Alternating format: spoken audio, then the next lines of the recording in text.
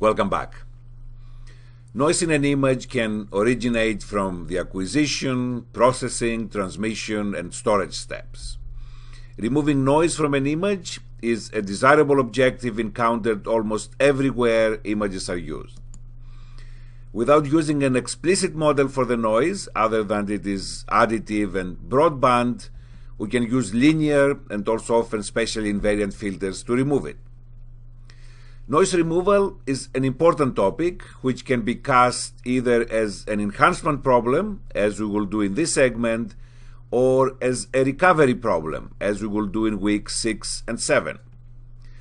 Treating it as an enhancement problem, we are not providing neither a model for the noise nor an explicit metric of optimality based on which a filter is derived. So, in this segment, we'll make use of the material we covered in weeks 2 and 3 and describe and analyze linear and spatially invariant filters suitable for removing noise in images. We'll also show a number of experimental results demonstrating the efficiency of such filters. We will also discuss an example of a spatially varying noise smoothing filter. So with that, let us proceed with this very important and useful material. We will move next to spatial filtering approaches towards enhancement, starting with the use of both linear and nonlinear filters for noise smoothing. Under the heading of smoothing spatial filters, we consider techniques for enhancing an image by reducing the noise that might be present. We assume that the noise is additive, but since these are enhancement techniques, no modeling of the noise is taking place, other than the basic knowledge that the noise might be broadband and the salt and pepper type of noise, which are special cases of impulsive noise. In some applications, the noise depends on the image intensity, as is the case, for example, in nuclear medical imaging, but this is not something that we'll consider here right now. We will be revisiting noise filtering when we also talk about recovery. So we'll study next both linear space invariant as well as non-linear spatial smoothing filters.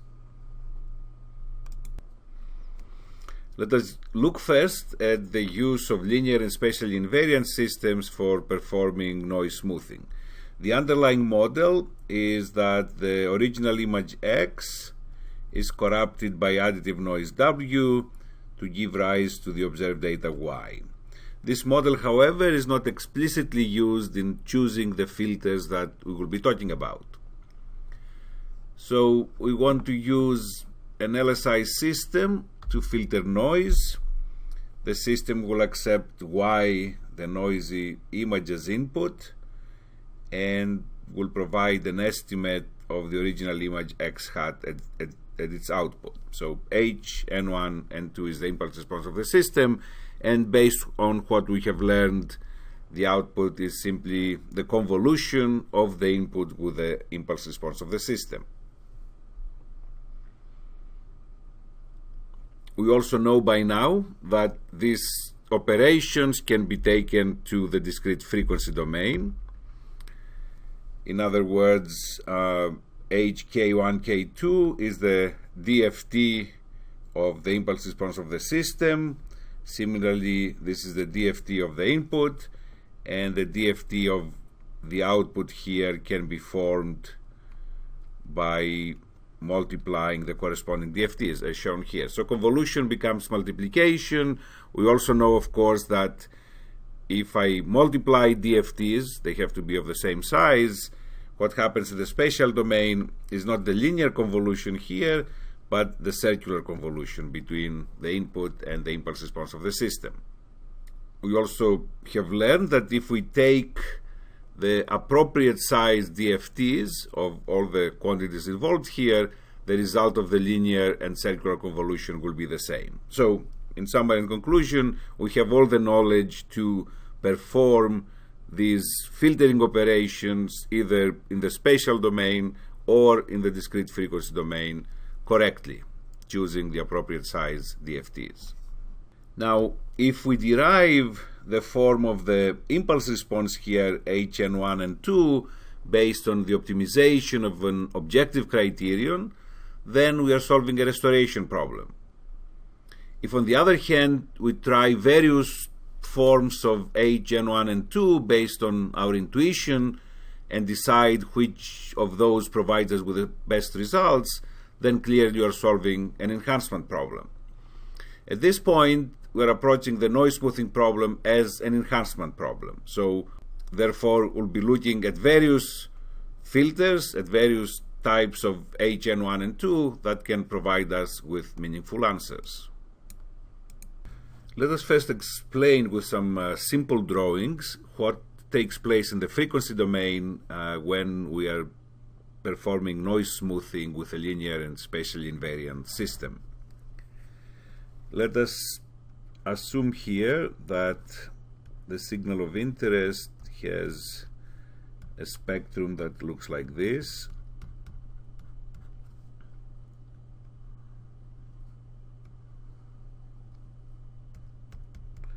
So I just show one period of the spectrum. I show it as continuous here of the signal. I show it in 1D, it's easier to draw.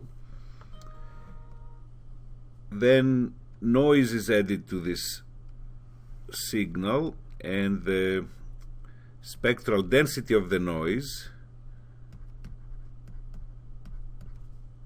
looks like this. So it's flat from minus pi to pi, and this is referred to as white noise. All frequencies are equally represented in such a signal. So the noise is added to the signal, and therefore the resulting observed noisy signal image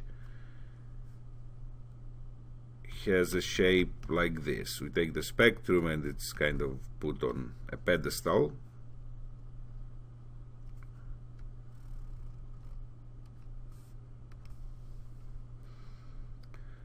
So clearly the objective is to work on this spectrum here and recover as much as possible from the original spectrum of the image, of the signal.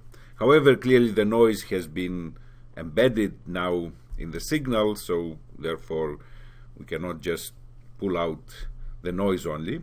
So what we do with these noise smoothing filters is to utilize some shape, some low-pass filter in nature that will again allow us to go from here to here, or as close as possible. So as you'll see, depending on what filter we use,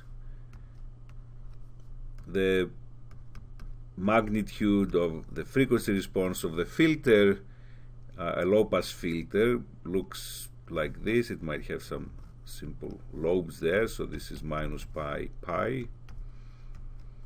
and the DC is typically 1, no gain or loss. So when I filter, I multiply this spectrum here with this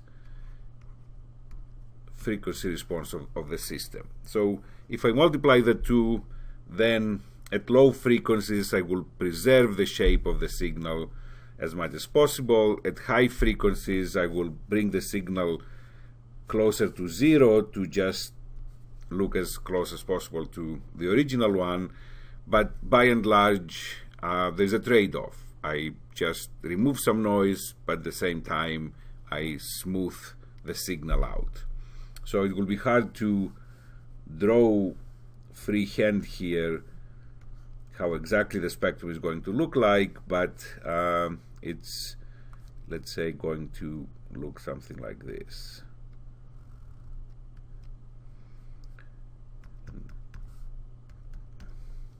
So this is the spectrum of the estimated signal, which is the result of the multiplication here of the spectrum of the observed signal with the frequency response of the signal. So let's see now in reality how this spectra look like when I use a specific image and examples of these low-pass filters here to smooth out the noise. And again, since this is an enhancement problem, I do not derive the shape of the low-pass filter here based on any specific modeling and optimization, but I just use trial and error. I try this filter, I look at the result. If I don't like it, I try a different filter, look at the result, and again, by trial and error, I try to converge as to what the best possible enhancement is for my purposes. Let us look now at a noise filtering example with a real image. The cameraman image is shown here. It's a 256 by 256 8-bit per pixel image. The spectrum of the signal is shown here. So this is the discrete Fourier transform of the image. We show the 10 log 10 of the magnitude of the spectrum on the vertical axis, while the other axes show the continuous frequency here from minus pi to pi, so we show the basic period of the DFT. We also show a slice through this Fourier transform, a slice going through here at omega 2 equals 0. And the main characteristic, as already mentioned, is that this is a decaying spectrum. The maximum value is found here at 0, and we see that here at high frequencies there are almost 4 orders of magnitude difference. Let's look now at the similar situation with a noise image. So noise has been added to the cameraman image as shown here, and the corresponding quantities are shown here. So if I go back and forth between these two slides, you'll see that indeed the spectrum is kind of lifted. It's sitting on the pedestal created by this white noise. So the objective is to operate on this noise image and obtain an estimate of the original one. But again, we don't pose here any optimality criteria. We just are going to try different low pass in nature filters and see what are the results we are obtaining. For the purpose of this example, we're going to look at flat filters. They're called so because all the values in the impulse response of the filter are equal. So here we see a 3x3 such filter. So that's the support, 3x3, and then again each value is the same, is equal to 1/9, so actually there is no gain or loss when this filter is used. We can look how this filter looks in the frequency domain, so we can take the Fourier transform of HN1 and 2, and we've done quite a few examples like that at an earlier point. So the frequency response is 1/9 due to this term in the middle, plus these two terms. The first term here comes from the combination of these two samples. The one is will give rise to e to the minus j omega 1, the other e to the plus e to the j omega 1. I combine them, I can get a cosine. Then the second term is due to these two samples, and then there are two more terms that result from the combination, like this one if I consider these diagonal samples, this and this, and so on. Again, this is something that at this point you should be able to derive with not too much effort, because we studied this again at an earlier point. Actually, it's no surprise that the frequency response h omega 1 omega 2, or the Fourier transform that is of h n1 and 2, is real because h n1 and 2 is symmetric. We also see that h00 here is equal to 1, since all the cosines of 0 are equal to 1, and then I add up all these terms, 2/9 plus 2/9 plus 2/9 plus 2/9 plus 1/9 will give me equal to 1. So let's see how this and other flat filters with different regions of support look like, and what are the results we'll be obtaining by utilizing them in smoothing out the noise in the image we started with. We show here the magnitude of the frequency response of 3 flat filters, a 3x3, 5x5, and 7x7 filter. And at the bottom we show the slice of these transforms through the omega 2 equals 0 position. At 0 they're all equal to 1, the log is equal to 0. And then we also see that as the support increases, the width of the main lobe decreases. So it becomes more and more low pass, qualitatively speaking, as the support of the filter increases. We show here the filtered image by the 3x3 flat filter. The noise has been reduced, but also the image has undergone some blurring. This is the spectrum of the image, and this is the slice of the spectrum at omega 2 equals 0. So the DC value has not changed. However, the higher frequencies have been reduced here, but also there has been some change in the spectrum at lower frequencies. To better understand exactly what's happening, let's look at the frequency domain. So we have here the spectrum of the noisy image and the corresponding slice, the frequency response of the filter and the corresponding slice, the same location. In the frequency domain, I multiply these two spectra, and what I obtain is the spectrum of the filtered image. Again, this is equal to 1, its log is equal to 0, so this value has not changed. But if you look at the higher frequencies of the noisy image, they have been reduced due to the operation of the filter, and the mid frequencies here have been altered due to the shape of the filter. So this is the frequency domain operation of the filter. However, this does not imply that the implementation of the filter should be done or is done in the frequency domain. As a matter of fact, since this is a 3x3 filter here, a relatively modest support, it makes more sense if I implement this filter through convolution in the spatial domain. This is the result of the filtering by the 5x5 flat filter. The noise has been further reduced, but the image is also altered, is blurred. The corresponding spectrum, the corresponding slice. Now the energy or the values at high frequencies are further reduced. This is the result of the 7x7 filter. The image now looks rather blurry. Its spectrum is here, the slice is here. At the very low frequencies, the signal is preserved, but certainly has been altered at mid frequencies and has been altered considerably at higher frequencies.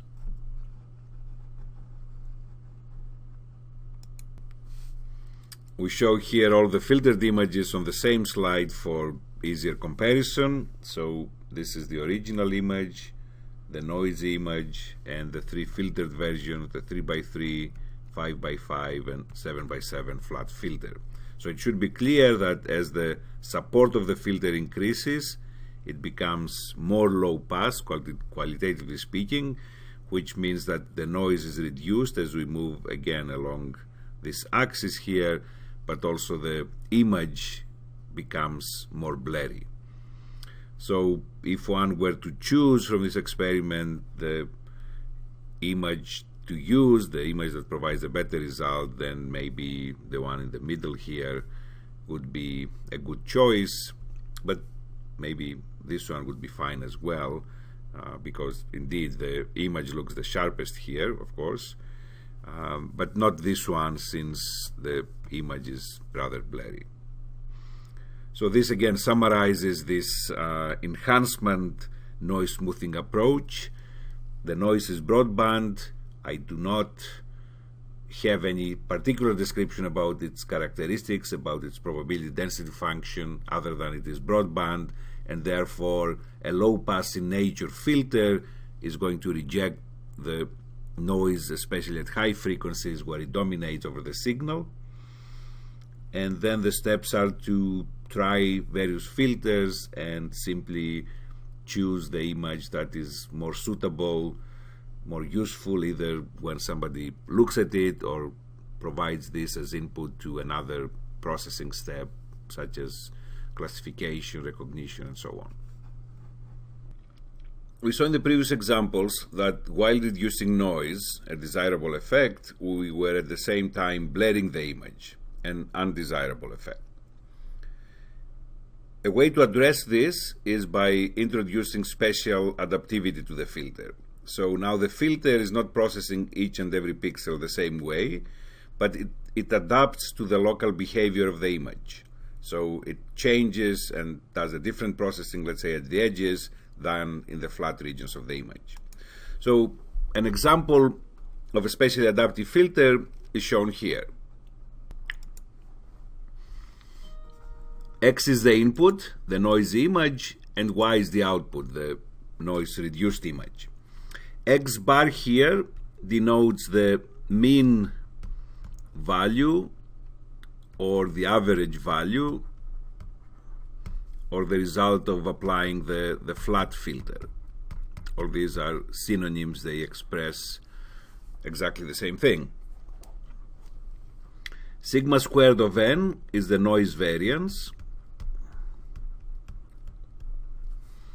while sigma squared of xl is the local image variance.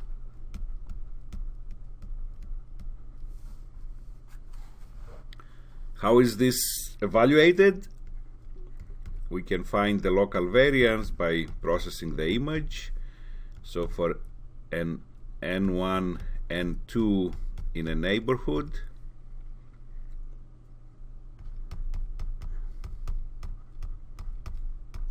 we perform this, where the mean, again, we know the expression, but I'll write it again here, is over 1 over the number of pixels in the neighborhood, or the cardinality of n,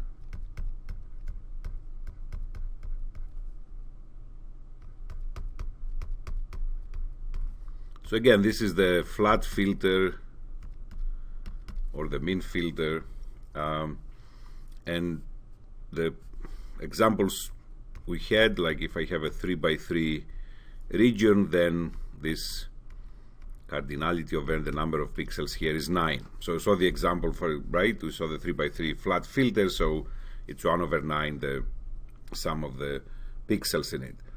I can compute the local image variance, sigma of xl squared, and I assume that I know the noise variance, and of course there are ways to evaluate that as well. You can go to the flat region, and the mean is due to the image, and then you can find the variance of the noise that way, for example.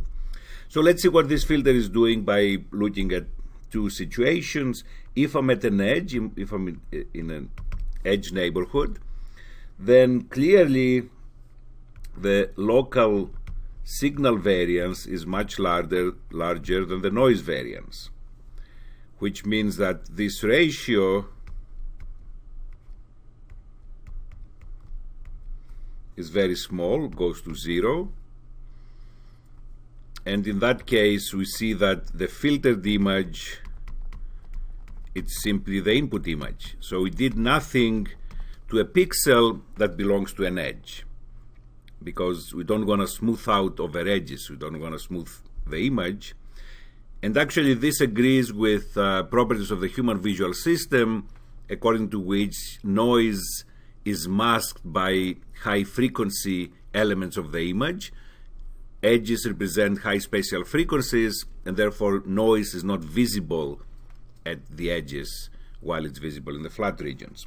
Now if I'm in a flat area of an image, of the image, then the reverse is true, that the signal variance, the image variance, is smaller than the noise variance. In that case, I have to constrain that this ratio is not greater than 1, so I have to just constrain it to be, so I'll put this equal to 1, and in that case the output of the image is just the local mean.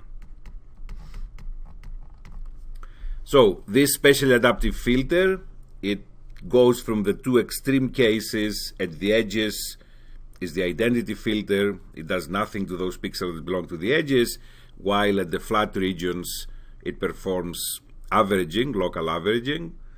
And of course, in between, it's a combination of a min filter and the identity filter with the gain here in the front.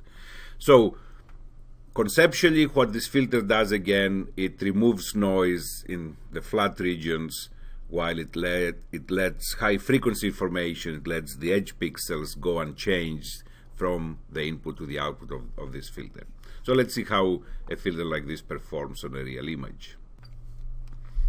Here's a noisy image you would like to enhance by smoothing the noise. We see that the noise is visible, especially in the flat regions, such as the clouds here or the sky. If I apply a 3x3 flat filter, this is the result we obtain. The noise has been reduced if we look again at the same flat regions here. However, at the same time, if we look at an area like this or at the antenna here of this building, it's clear that the image is blurred or the resolution has been decreased. If we now apply the specially adaptive filter, this is the result we obtain. The min filter in this special adaptive filter was still a 3x3 filter. We found the variance of the noise in implementing the special adaptive filter by finding the variance of a flat region in the noisy image, like this area, for example. Since the signal is flat, the noise is additive. The variance I measure is the variance due to noise. So here we have managed to accomplish both objectives. One, to reduce the noise. If we look again at the flat regions, it's reduced with respect to the noisy image. But at the same time, we have managed to preserve the sharpness of the image. By looking again at this region or these regions, it's clear that the image, this image, is not blurred anymore like this processed image, and it reflects very closely the original image I started with. The special adaptive filter can be implemented in a straightforward way. It does not increase the computation considerably. Certainly I have to evaluate the local variance. This is the extra computation I perform. However, by looking at this result, it's definitely worthwhile, since the result of the adaptive processing is considerably improved, considerably better than the result of the non-adaptive processing.